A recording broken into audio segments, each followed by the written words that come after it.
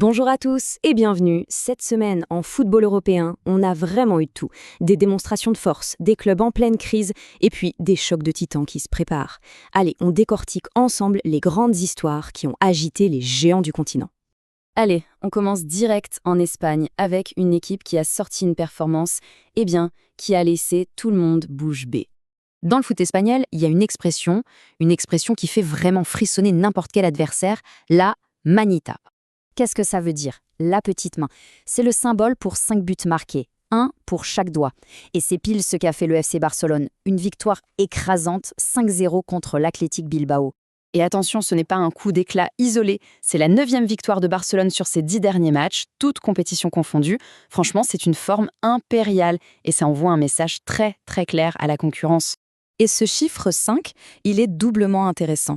Parce que oui, il y a les 5 buts, mais il y a aussi autre chose. C'est le nombre de matchs d'affilée sans encaisser de but. 5 clean sheets de suite. C'est un mur défensif comme on n'en avait pas vu au club depuis presque 10 ans. La presse catalane, elle, n'a pas mâché ses mots.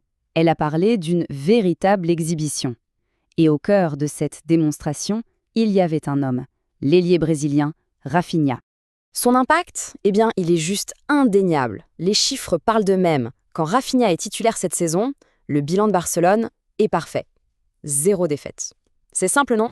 Mais voilà, pendant qu'un géant rayonne comme ça, de l'autre côté de la Manche, en Angleterre, d'autres géants sont eux en plein chaos. Alors, direction la Première Ligue. Et là, l'ambiance est radicalement différente. On parle d'instabilité, de pression énorme sur les bancs de touche, bref, la crise. On va commencer par Chelsea avec un seul chiffre. Un chiffre qui donne le tournis. 11. 11, c'est le nombre d'entraîneurs que Chelsea a eu en à peine 10 ans.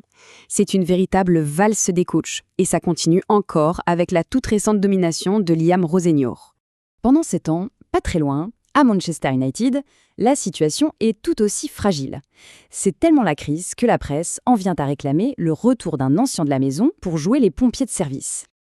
Et oui, c'est bien lui. Le nom qui circule, c'est celui d'Ole Gunnar Solskjaer, appelé en renfort en mode mission sauvetage pour le club. Et quand on regarde les chiffres, on comprend un peu pourquoi son nom revient. De tous les coachs qui se sont succédés depuis le grand sire Alex Ferguson, c'est Solskjaer qui est resté le plus longtemps en poste. Il a apporté une forme de stabilité, une stabilité qui, aujourd'hui, manque terriblement au club. Bon, après avoir fait le point sur la situation actuelle, tournons-nous vers l'avenir. Un avenir très proche, d'ailleurs, avec 3 chocs monumentaux qui se profilent à l'horizon. On commence avec un derby à Madrid. Le Real Madrid qui aura une seule chose en tête, la vengeance. Il faut se souvenir que l'Atlético leur a infligé une manita, 5-2 un peu plus tôt dans la saison. Ça ne s'oublie pas. Ensuite, on traverse à nouveau la Manche pour un choc absolument sismique en Angleterre entre Arsenal et Liverpool. C'est simple, c'est un match qui pourrait très bien décider de l'issue de la course au titre en Première Ligue. Et pour finir, en France, on a droit au classique, le trophée des champions qui oppose le PSG à son éternel rival, l'Olympique de Marseille. C'est bien plus qu'un simple match, c'est une vraie bataille pour la suprématie. Donc voilà, entre la démonstration de force du Barça, le chaos qui règne en Angleterre et les batailles de géants qui nous attendent, l'histoire du foot européen, elle est sans cesse en train de se réécrire. La vraie question maintenant, c'est de savoir qui tiendra la plume pour le prochain chapitre.